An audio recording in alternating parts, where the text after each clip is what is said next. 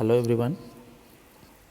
Now we will see what are the values of alternating quantity. Important values of alternating quantity. जो हमारा AC है, AC voltage और current, उसमें कुछ terms होते हैं, है ना, उसका कुछ उस अल्टरनेटिंग क्वांटिटी का वैल्यूज़ होता है ना, उसको हम यहाँ पे डिस्कस करेंगे. सो values of alternating quantities.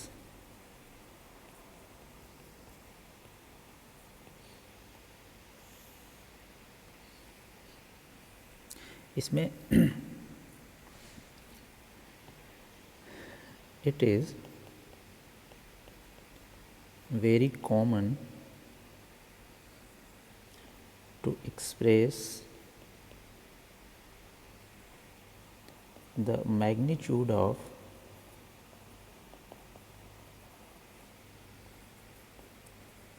an alternating voltage or current.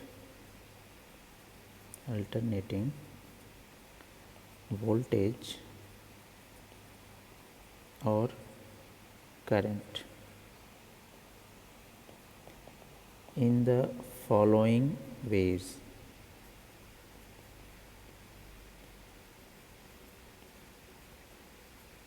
ठीक है, अल्टरनेटिंग क्वांटिटी चाहे वोल्टेज हो या करंट हो, उसके मैग्नीट्यूड को हम कुछ इस तरह से एक्सप्रेस करते हैं ना. जैसे first one, peak value. Second one, peak to peak value.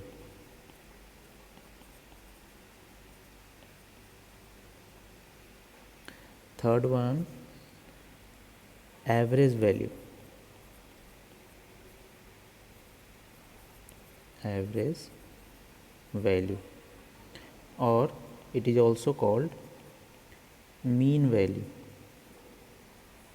And fourth one is RMS value.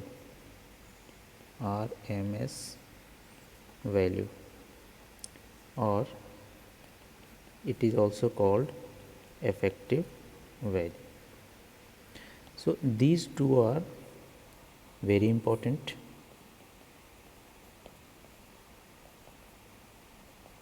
ठीक है, ये दोनों ज़्यादा इम्पोर्टेंट है, तो इसको हम डिटेल्स में देखेंगे.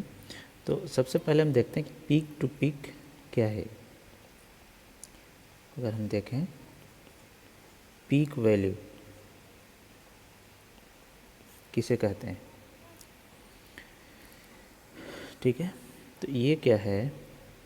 It is maximum value attained by an alternating quantity.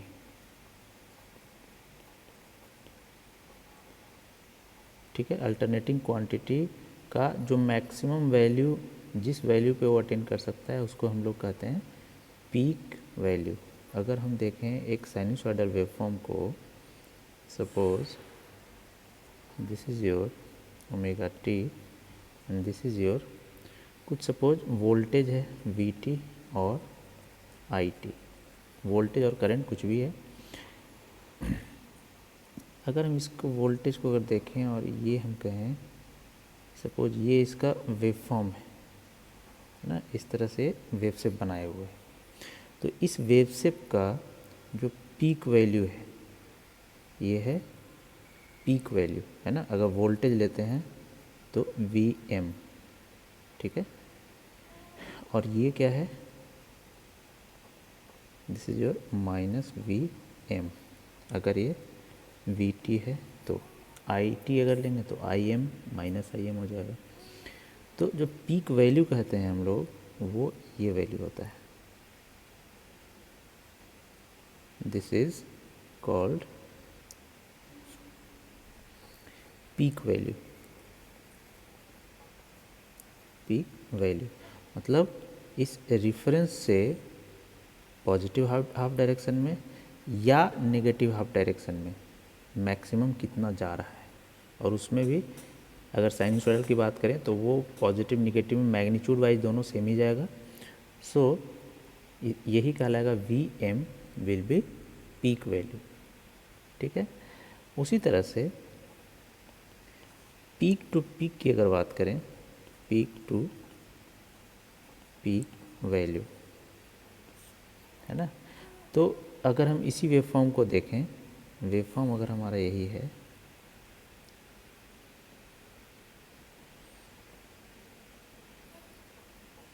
ये हमारा वेवफॉर्म है वी टी का। ठीक है, ये वी टी का वेवफॉर्म है। अब इसमें पीक टू पीक आपको पता करना है कि क्या है। तो पीक टू पीक का मतलब, इसको मैं हटा दे रहा हूँ, पीक टू पीक का मतलब ये वाला वैल्यू हो गया, यहाँ से लेकर यहाँ तक, प्लस Vm से माइनस Vm तक। एक पीक पॉजिटिव हाफ और दूसरा पीक नेगेटिव हाफ, तो ये कहलाएगा यहाँ से यहाँ तक पीक टू पीक वैल्यू, है ना। तो ये क्या हम कह सकते हैं, it is algebraic difference of maximum value of positive half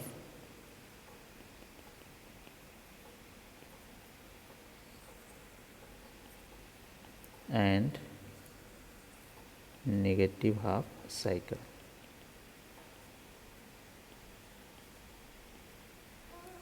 ठीक है ना, पॉजिटिव हाफ साइकिल में जो मैक्सिमम है और नेगेटिव हाफ साइकिल में जो मैक्सिमम है उसका एल्जेब्रिक डिफरेंस, एल्जेब्रिक डिफरेंस का मतलब साइन को कंसीडर करते हुए। इसका मतलब अगर हम लिखें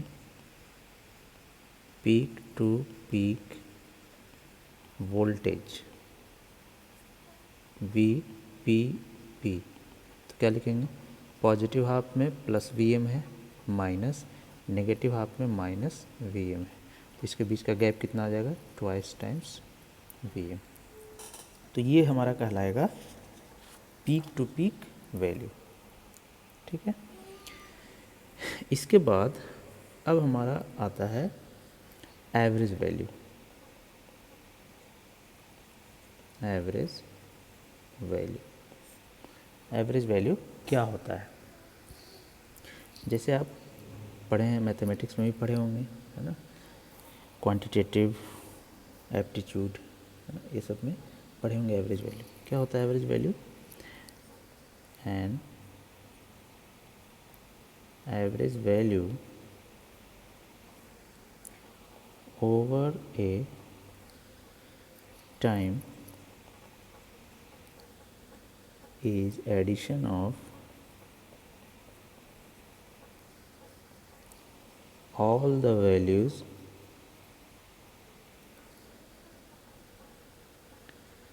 that occurred in a specified time, है ना, specified time interval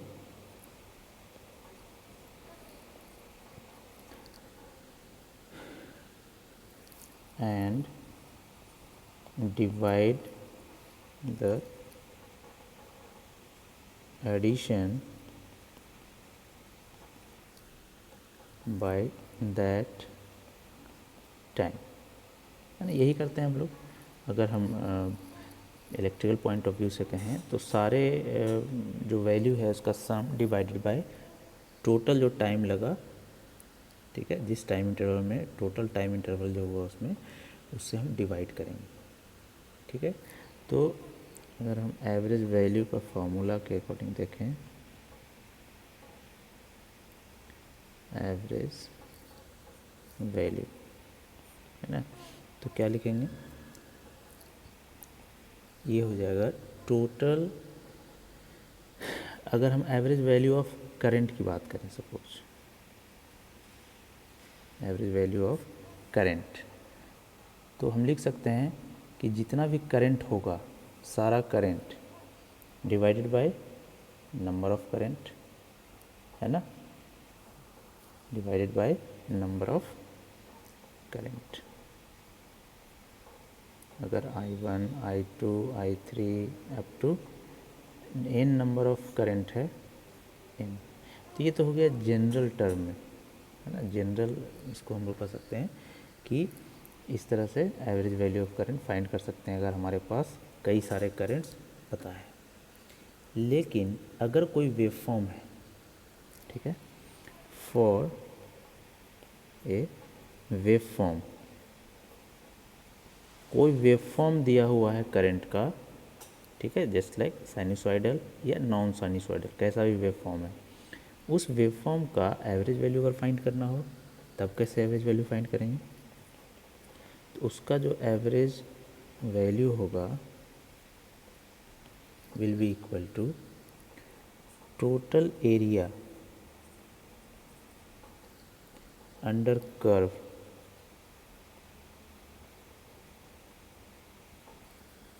for time, suppose T, capital T है, डिवाइडेड बाय जो टाइम लग रहा है capital T.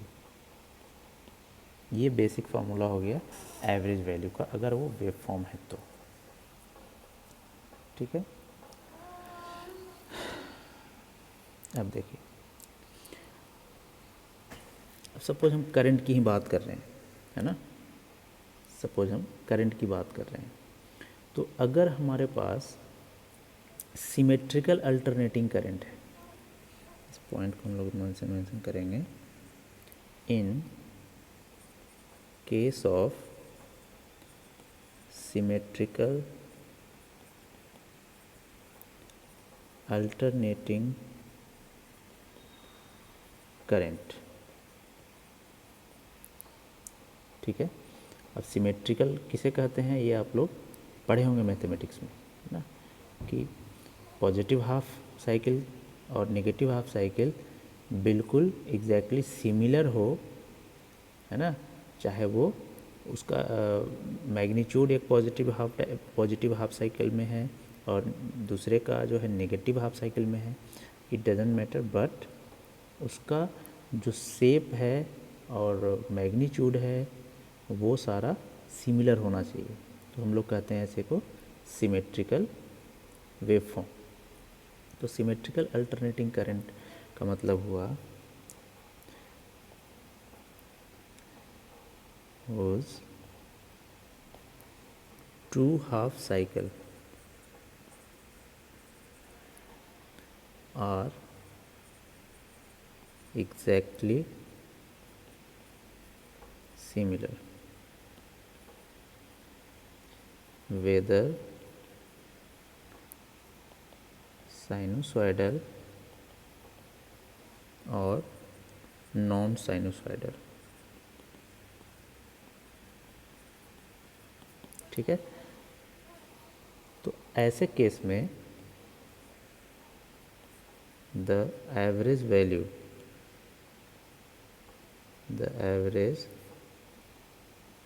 Value over A complete cycle is 0। अगर ऐसा वेव फॉर्म है तो उसका जो एवरेज वैल्यू है एक कंप्लीट साइकिल में 0 होता है। सो in this case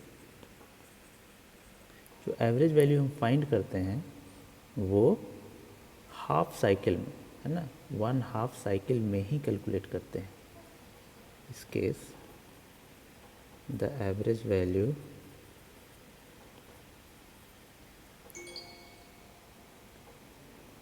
is obtained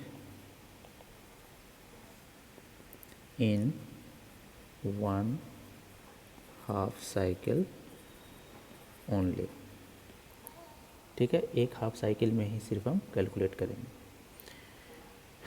अब जैसे सिमेट्रिकल कहें, साइनोसॉइडल या नॉन साइनसॉइडल, तो अगर साइनोसॉइडल की बात करें तो साइनोसॉइडल वेव जो हमारा है ये क्या है, सिमेट्रिकल वेव हम लोग इसको कहते हैं।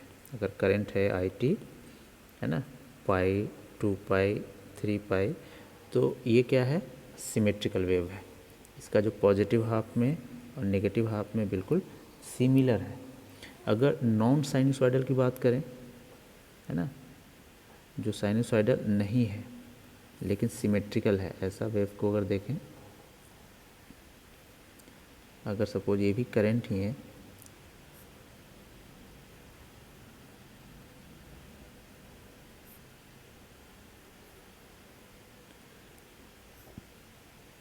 ये हमारा कैसा है, साइनसॉइडल तो नहीं है ना, लेकिन ये सिमेट्रिकल है।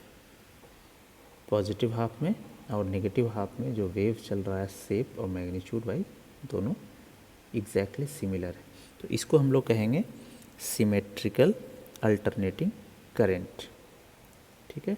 अब ऐसे जो करंट्स होते हैं उसका अगर आपको फाइंड करना है एवरेज वैल्यू, तो क्या होता है, एरिया अंडर कर्व इन 1/2 साइकिल।